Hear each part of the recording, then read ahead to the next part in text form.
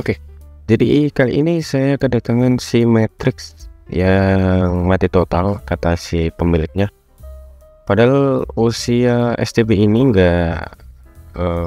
bukan tergolong yang usia tua ya. Ini dia baru beli itu sebentar, nggak sampai 1 tahun katanya. Baru beberapa bulan aja. Dan kendalanya itu mati total. Oke, sekarang saya mau coba cek dulu di bagian dalamannya. Dan di sini dia masih tersegel dengan rapi. Untuk kasus mati total seperti ini, saya nggak bisa menentukan masalahnya ada di mana karena berbeda-beda. Cuman kebanyakan yang saya temui di daerah saya bukan yang di luaran saya. Di daerah saya itu kerusakan ada di bagian power supply-nya. Entah dari IC-nya yang meledak atau dari bagian, pokoknya intinya di kerusakan power supply lah. Oke, sekarang saya mau cek di bagian outputnya, ground, kemudian yang dioda output ini saya cek itu nggak ada tegangan sama sekali. Normalnya untuk STB Matrix itu ada sekitar 5 volt ya, 5,2 5,1, dan di sini 0 volt, artinya dia nggak ada tegangan sama sekali. Kemudian saya cek emang nggak ada yang panas, jadi indikasinya nggak ada yang short sama sekali. Oke, dan saya mau coba tes menggunakan power supply eksternal maksud saya. Jadi saya bisa menentukan apakah nanti jika saya perbaiki power supply internalnya, mesin di STB Matrix ini masih berfungsi layaknya normal ya. Dan ternyata setelah saya kasih tegangan 5 volt itu nggak ada respon sama sekali, artinya dia masih mati total. Dan di sini saya ternyata harus cek dulu semua tegangan pembaginya, karena saya lihat di ampere meter dari power supply saya itu menunjukkan 0,3 tapi dia nggak naik turun. Ini menimbulkan pertanyaan baru ya, karena sebenarnya kalau dia gantung 0,3 atau di 0, pokoknya 0,1 sampai 0,3, kalau dia gantung itu ada masalah di bagian BIOS ya biasanya. Oke, sekarang saya coba cek tegangannya, dia muncul 3,3 3,2 1,8, dia ada, harusnya ini normal. Nah, di sini 3,3. Oke. Harusnya ini normal-normal aja untuk tegangan pembaginya alias di bagian IC step down-nya. Saya cek di tegangan BIOS juga dia juga normal. Tapi nggak tahu kenapa si STB ini nggak bisa on ya. Saya harus melakukan pengecekan lebih lanjut. Entah IC BIOS-nya yang bermasalah atau firmware-nya yang udah korup. Saya harus cek lagi. Tapi untuk tegangannya ini saya kasih 5 volt, semuanya udah keluar semua. Semoga aja nggak sampai di IC chipsetnya ya. Kalau IC chipsetnya mending saya balikin aja, soalnya saya nggak punya stok dan harus nunggu lama. Oke, di sini tegangannya emang normal. Saya kira saya yang kurang teliti, dan ternyata emang bermasalah. Mungkin dari IC BIOS, mungkin firmware-nya yang udah korup, atau ada masalah lain. Saya kurang paham, harus cek dulu ya. Oke.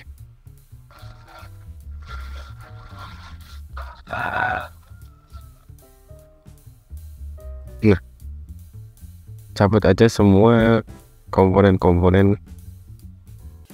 Nah, jadi ini adalah penampakan dari mainboard-nya si STB Matrix. Ini Matrix merah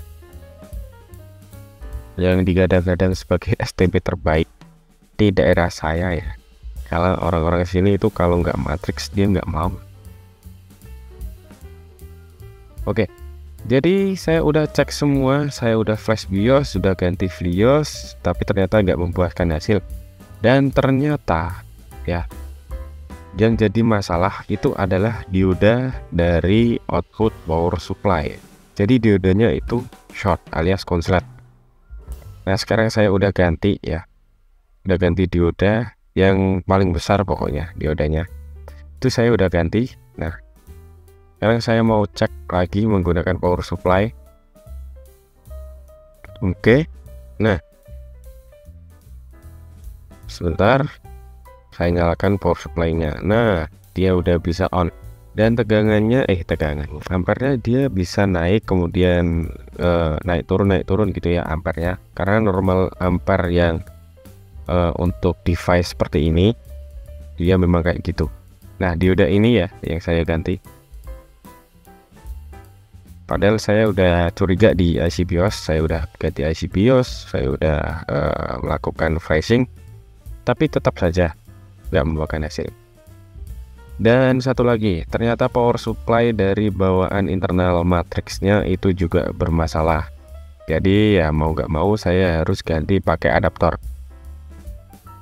Karena kalau saya harus perbaiki itu cukup membuang-buang waktu, dan ya Anda tahu sendiri kan, untuk tarif memperbaiki power supply itu kayaknya nggak sesuai lah sama harga jasanya. Jadi ya mau gimana lagi, saya lakukan solusi alternatif, dan juga untuk memudahkan si pemilik ketika terjadi kerusakan. Nah, misalkan ya amit-amit nanti si power supply-nya kenapa-kenapa lagi, alias adaptor yang udah saya ganti ini kenapa-napa, jadi nggak usah ke teknisi ya kan. Jadi dia bisa beli adaptor sendiri, ataupun dia mau beli ke tempat saya itu kan jadi gak usah bayar harga jasa servis saya ya kan. Jadi tinggal beli adaptornya udah beres, biar nggak terlalu buang-buang duit lah, karena duit kan carinya itu susah zaman sekarang. Nah, jadi saya mau kasih ini ya soket DC, saya tempelkan di sini. Saya nanti mau lem, kemudian untuk jalur outputnya saya kasihkan di dioda yang output tadi saya ganti. Jadi ternyata tadi diodanya itu konslet, jadi mungkin mengakibatkan si output tegangannya dia terganggu mungkin kayak gitu. Meskipun tadi sudah saya lakukan jumper dengan power supply. Oke, sekarang saya mau tambahkan lem di sini, saya tempelkan. Kemudian yang bagian bawah, supaya dia lebih bagus, lebih kuat, saya tambahkan busa kayak gini. Nah, biar lebih awet.